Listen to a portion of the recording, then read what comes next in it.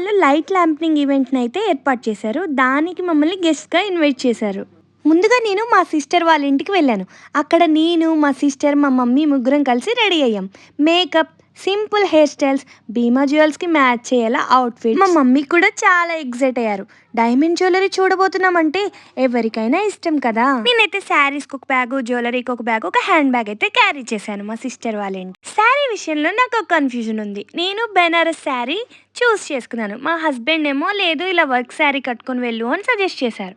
So అన్నీ తెచ్చుకున్నాను ఇక్కడ. ఇప్పుడు ఏ శారీయో తెలియదు కాబట్టి ఆ శారీకి జ్యువెలరీ, ఈ శారీకి జ్యువెలరీ, ఆ శారీకి బ్యాంగిల్స్, ఈ శారీకి బ్యాంగిల్స్, అలా అన్ని డివైడ్ చేసేసరికి నాకు 3 బ్యాగ్స్ అయితే అయిపోయాయి. యాక్చువల్గా ఒకే బెనారస్ శారీ నాదొక డిఫరెంట్ పర్పుల్ కలర్లో, మా సిస్టర్కి గ్రీన్ కలర్లో ఉంటుంది. సో అలా ట్విన్నింగ్లో వెళ్దాం అనుకున్నాము.